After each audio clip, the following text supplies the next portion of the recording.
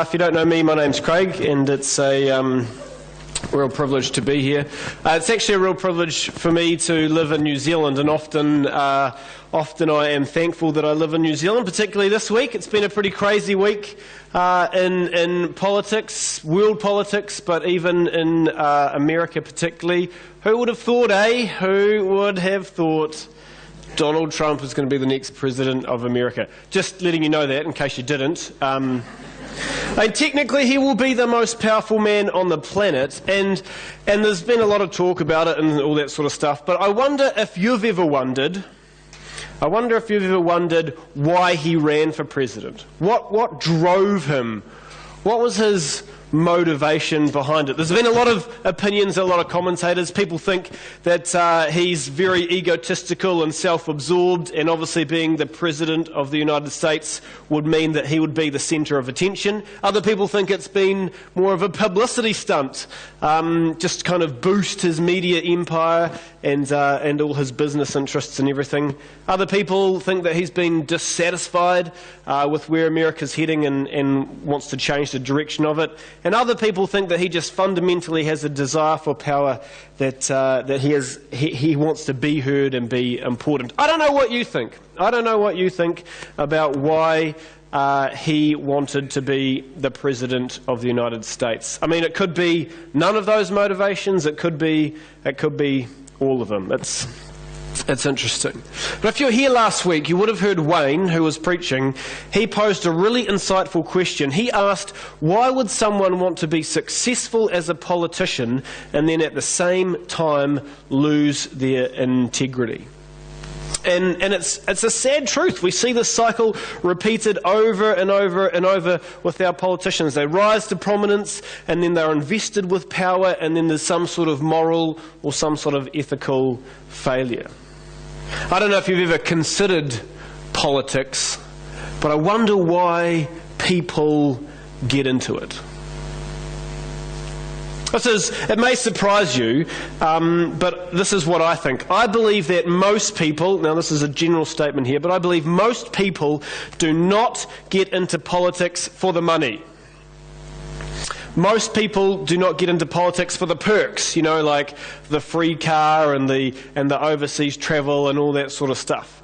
And I actually think that most people don't get into politics for the power. I think most people get into politics because they believe in an ideology. And I'm just going to see what you think about this. I'm going to ask for... I don't have any moros to give away today, which is sad. But on this whiteboard, if you would like to, you can call out some ideologies that you know of that are mainly political, and we'll write them up. So does anybody know of any... I'll give you a hint. A lot of them end in ism. Liberalism. I knew you'd pick a hard one to spell, Sarah. Okay, liberalism. Any others? I'll give you a clue. There is way more than that, and most of them end in ism, but that's okay. Socialism. Did I hear someone say communism as well? Eh? I can't hear you. Realism. It's not on my list, but that's okay.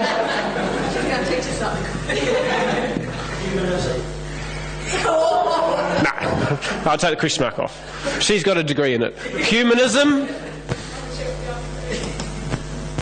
Okay. Any others?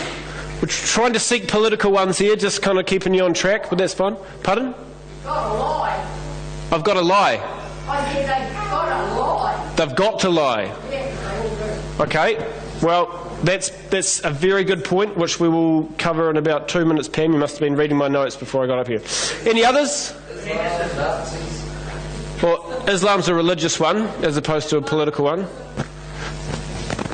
But you did say Nazism, Cam. Environmentalism, that's good.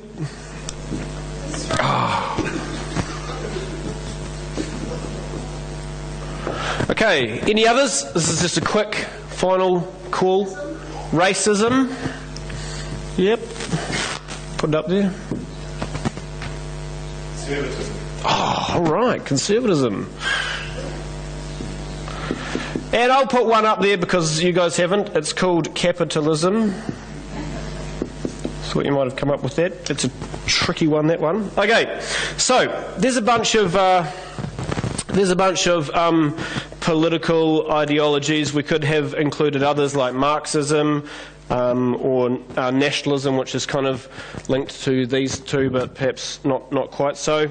Other people have said that feminism is a political ideology, but the essence of all these political ideologies is they basically seek power for more or for less. So some of them say that they want more government involvement, others say they want less government involvement. Some of them say more freedom of speech, less freedom of speech, more women involved, less women involved, more equality, less equality, more protection of the environment, or policies, or traditions, or education. If all of those things are done, if there's more of them, or if there's less of them, then things will be right. Now, if you look through some of that list, and not all of them, but some of the political ideologies that have happened in the world are actually very good ideas. There's been a lot of good things done through some of these political ideologies. But the problem with them is that these ideologies fail to realise their powerlessness. Some of these, or all of these political ideologies are unable to fully address all the issues that we face. It's kind of like putting a little sticking plaster on a gaping wound. It's a good idea, it's a good intention, but it's unable to solve the big problem. So let me give you an example of a recent failure of a major ideology to solve problems. And it's really communism. If you know much about it, you'll know that for almost 100 years, political philosophers and leaders, they invested time and energy into promoting the ideals of communism. Right through Eastern Europe, right through Asia, and right through South America. But then in the second half of the 20th century, these political ideals of communism came crashing down. And there was a lot of death and a lot of destruction as a result of it. And so many people became quite disillusioned with the inability of communism to solve the problems, the needs, the difficulties that humanity was facing. So, with the collapse of communism, it's kind of given rise to this idea which is known as free market capitalism. And a lot of people think this is the best solution to the problems of poverty and injustice in the world. So this is kind of the political ideology that's become prominent in the Western world. Capitalism, the material and the economic wealth and all that sort of power in the West is based on this idea of capitalism. But it was only 8 years ago, 2008, when many countries experienced a global financial crisis. And that economic recession and that disappointment and a lot of difficulties for a lot of people actually kind of caused, again, some disillusion with this capitalist ideology.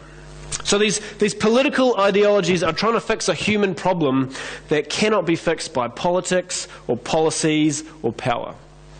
Because the problem is, at its core, people have rejected and replaced the one true God.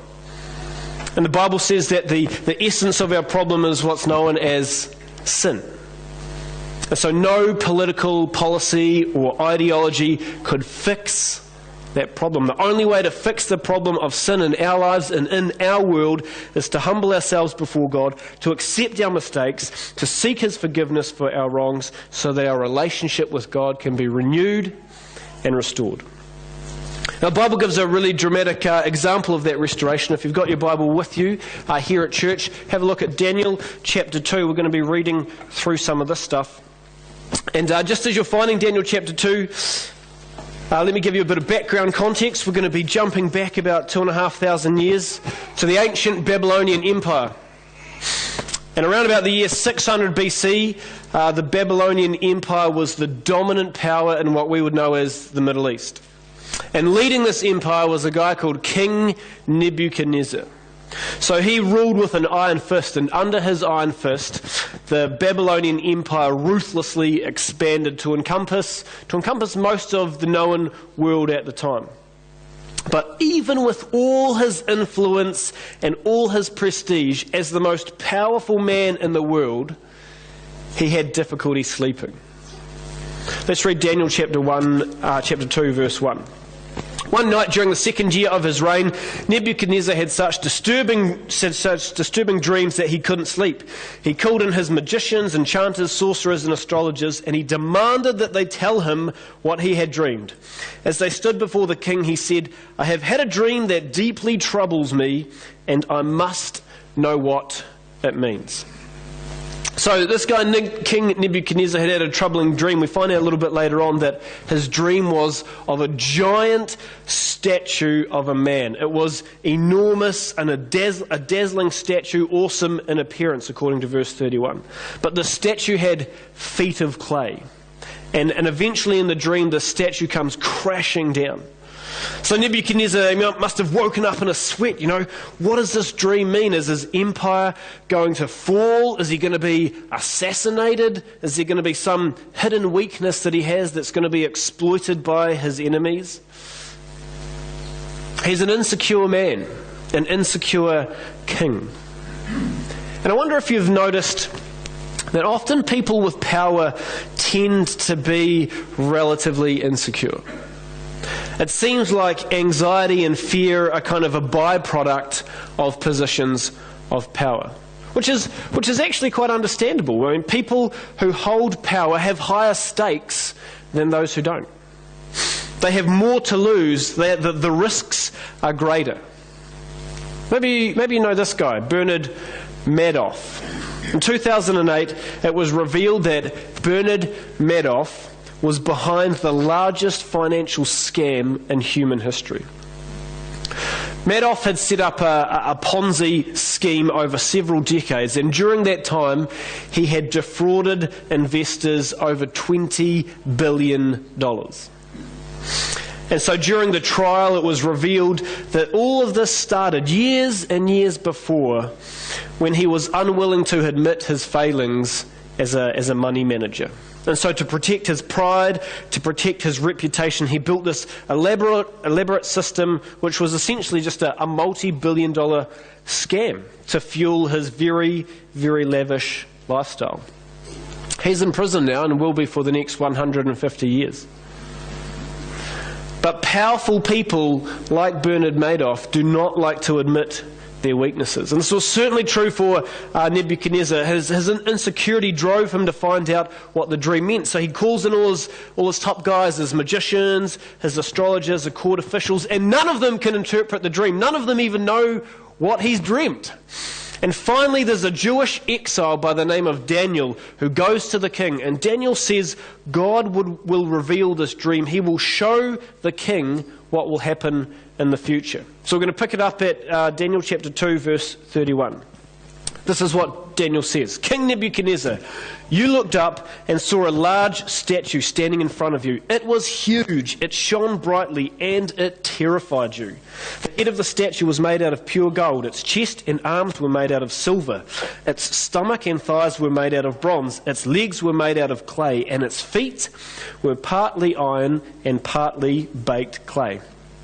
While you were watching, a rock was cut out, but human hands didn't do it. It struck the statue on its feet of iron and clay. It smashed them.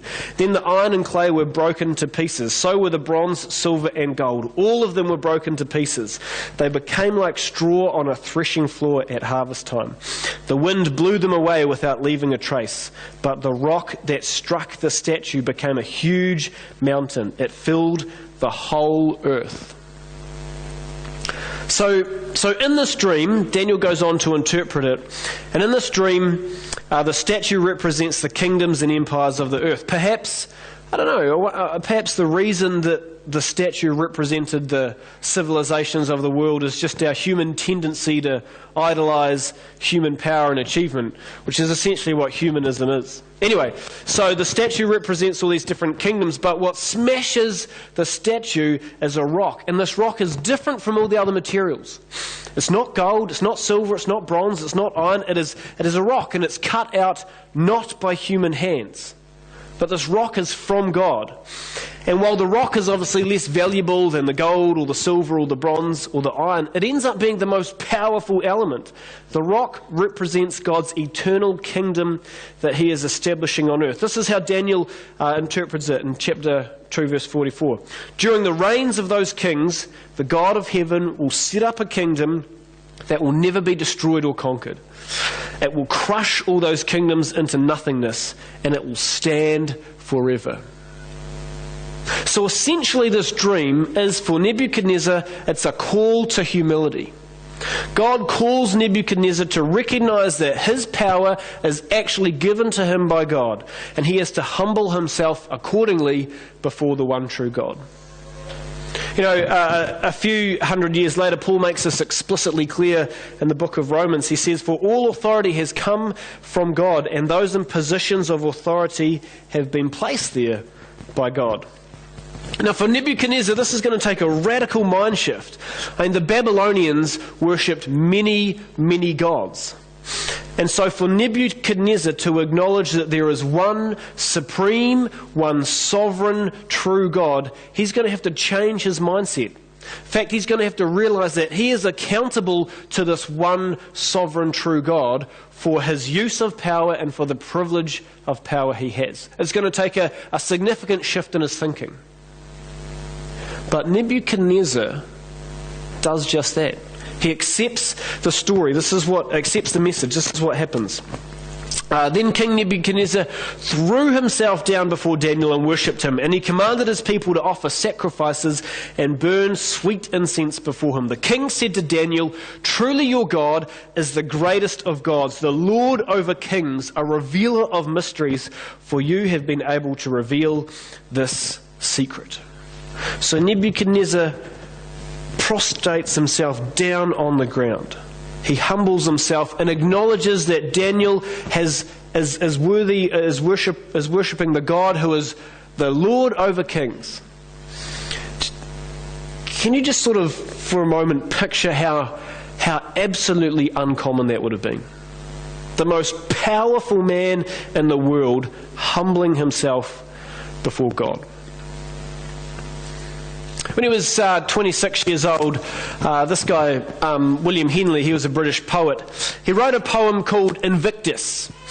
And when he was a teenager, he had one of his legs amputated, and he had to have major surgery to keep the other leg. And so sort of to celebrate his perseverance, to celebrate his persistence, he wrote this poem. And I'm just going to share with you the last verse.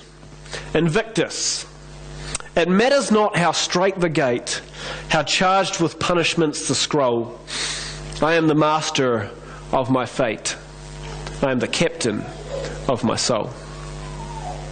You know, isn't that what our society tells us? That we are the master of our fate, that we are the captain of our soul, that all we have as a result of our intelligence, of our hard work, of our qualifications, of our training, of our skills, whatever we have is all because of us. But I wonder if it's not quite that simple. I mean, the truth is that there is a significant part of what determines the course of our lives is actually out of our control. For example, you did not choose the century that you were born into. You did not choose the country that you were born into. You did not choose the parents that you were born to. You did not choose the family that you were born into. You did not choose the childhood environment that you experienced. You did not choose your DNA composition. You did not choose your physical build.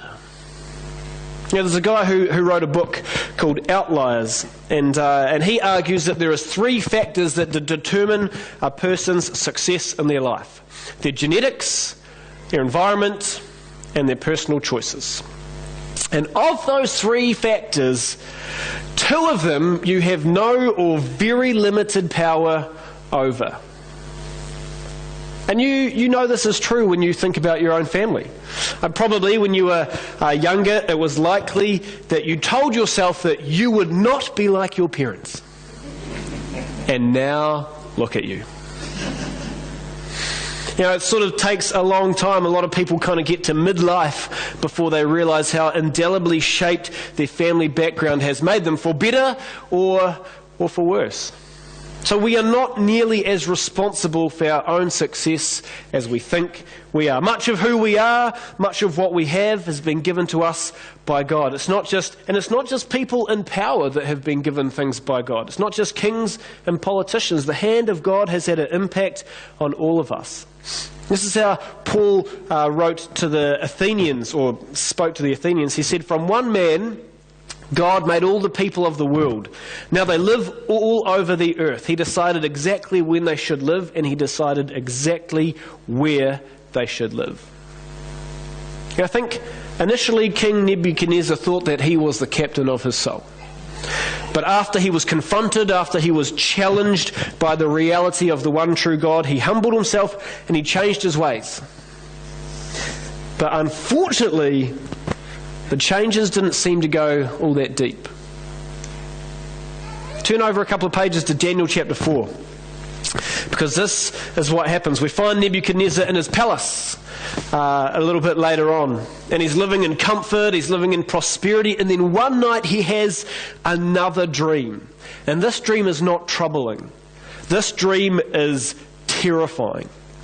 He dreams about an enormous tree which stretched up to the sky, and animals from all over the world come and lived in the shade of the tree, and they ate the fruit of the tree. And then a voice from heaven called out, and it said, "Cut down the tree, trim the branches, strip it of its fruit, scatter its leaves, but leave the stump and the roots, so that everyone may know that the Most High rules over the kingdoms of the world. He gives them to anyone he chooses, even the lowliest of people."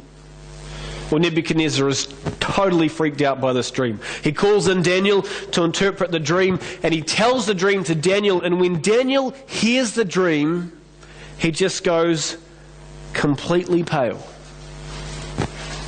And he stands silently for ages. And then he gives the interpretation. And this is what Daniel says. "I wish the events foreshadowed in this dream would happen to your enemies, my lord, and not to you. The tree you saw was growing very tall and strong, reaching high into the heavens for all the world to see. That tree, your majesty, is you. For you have grown strong and great. Your greatness reaches up to heaven, and your rule to the ends of the earth."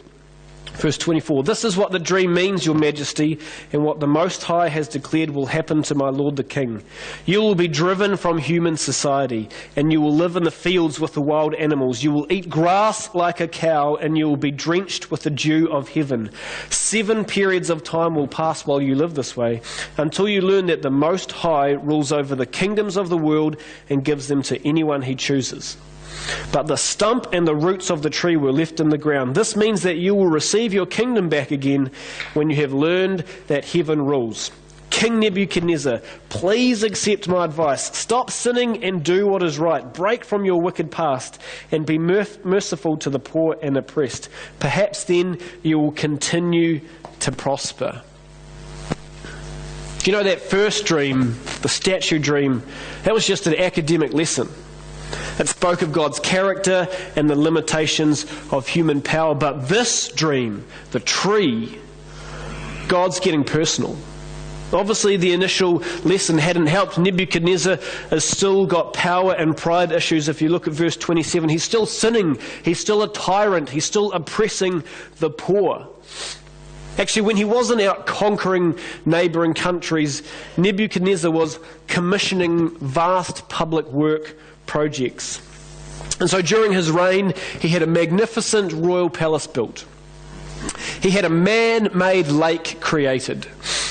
He opened up a port on the Persian Gulf. He built a wall along his border to protect from invasion. And he constructed what's known as the Ishtar Gate. This is just a small-scale replica of it.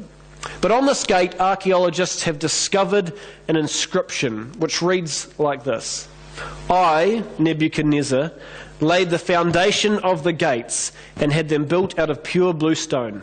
Upon the walls are bulls and dragons, and thus I magnificently adorned them with luxurious splendour for all mankind to behold in awe."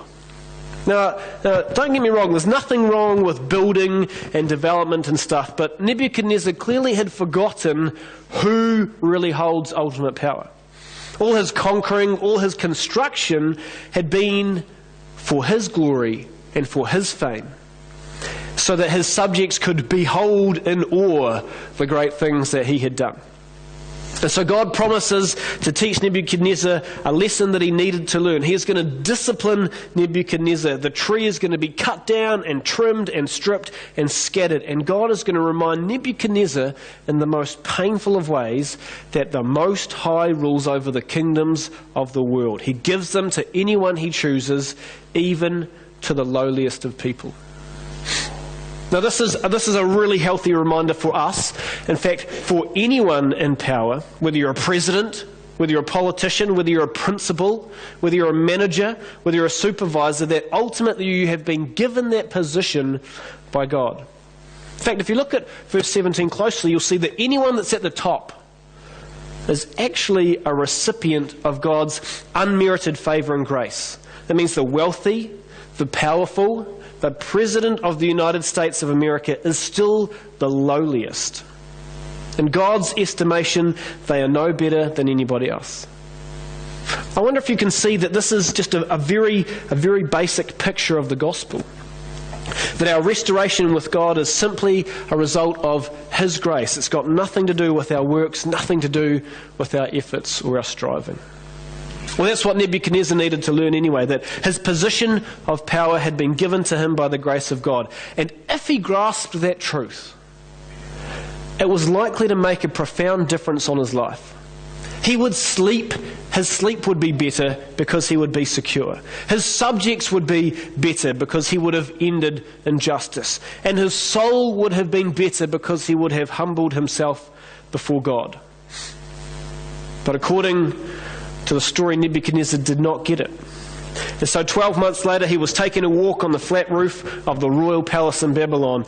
As he looked out across the city, he said, "Look at this great city of Babylon. By my own mighty power, I have built this beautiful city as my royal residence to display my majestic splendor."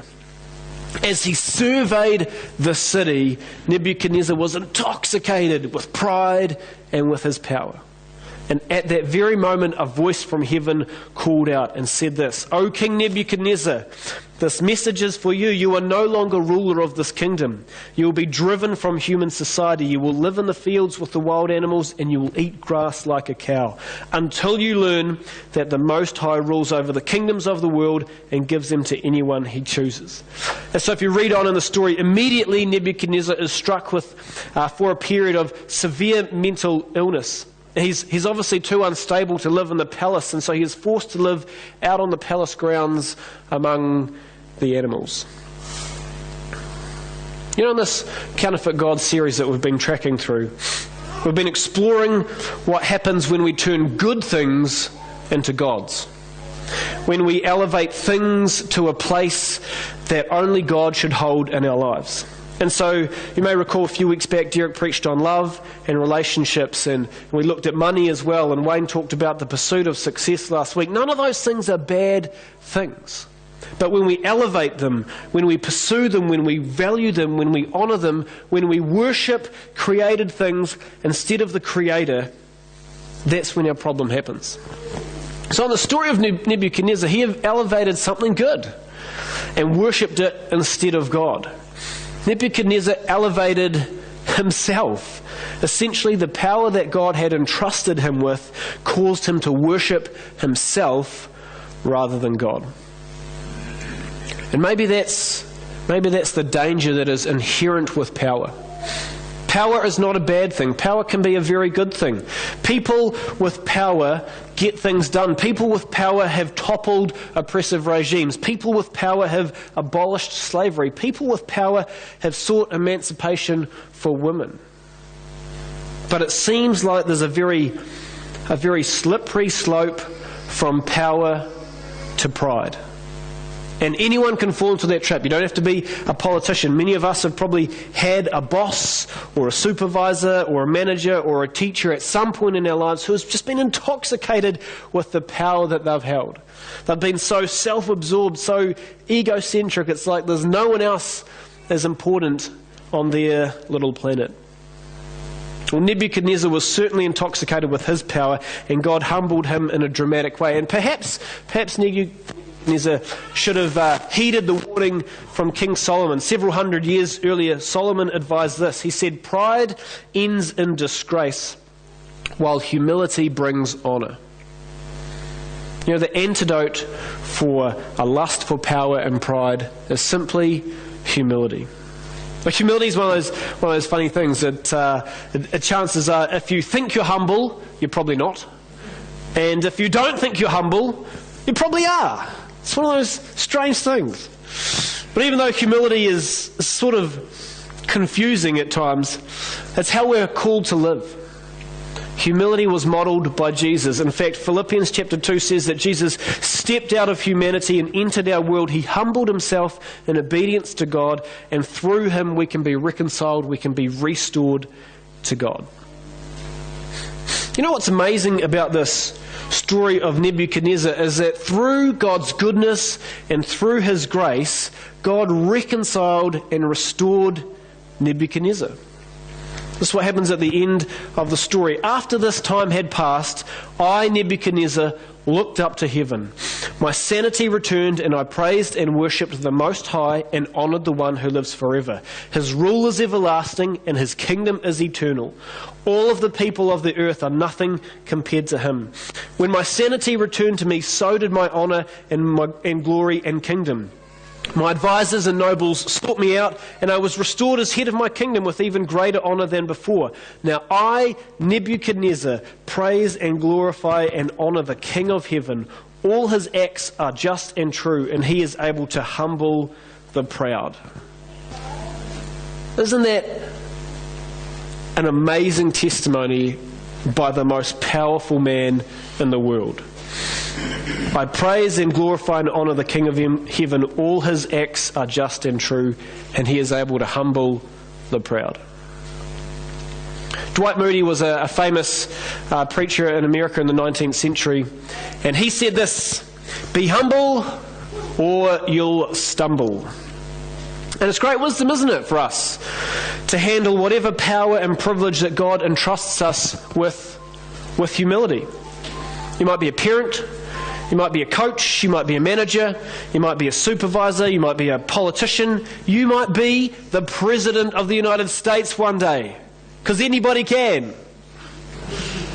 But if you are a leader of any type, in the home, at work, on the sports field, or in the street, it's essential that you know that God has put you in that position. And it's our humility which will help us help hold us back from sliding down that slippery slope to pride and disgrace. So that's my encouragement, that's my challenge for you this week, to acknowledge God's goodness and his grace, to be humble and to thank him for the sphere of influence that he has put you in. Wherever it is, in your home, in your workplace, across the world, however it looks. But as you do that, ask him for his guidance, ask for his wisdom, and helping us live out that Christian faith in very simple and very humble ways. How about we pray together? Dear God, thanks that we could gather here this morning and sing about how great our God is. That we could declare that you are above all powers, above all kingdoms, above all thrones. You're above all created things. And we just confess and say sorry for the times that we've elevated created things into a position in our life that only you should hold.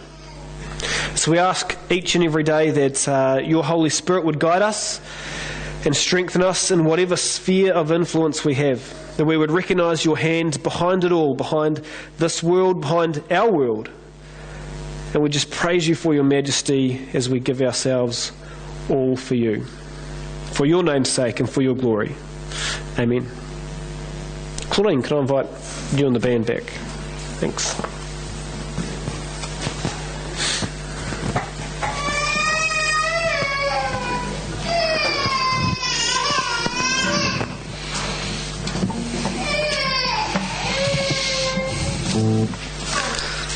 Thanks, Craig. Lots for us to think about as we try and live out life. Would you like to stand with us? We're going to just reflect on that and how we can stay humble and realise that God has put us wherever He's put us. But our response is to live that humble life.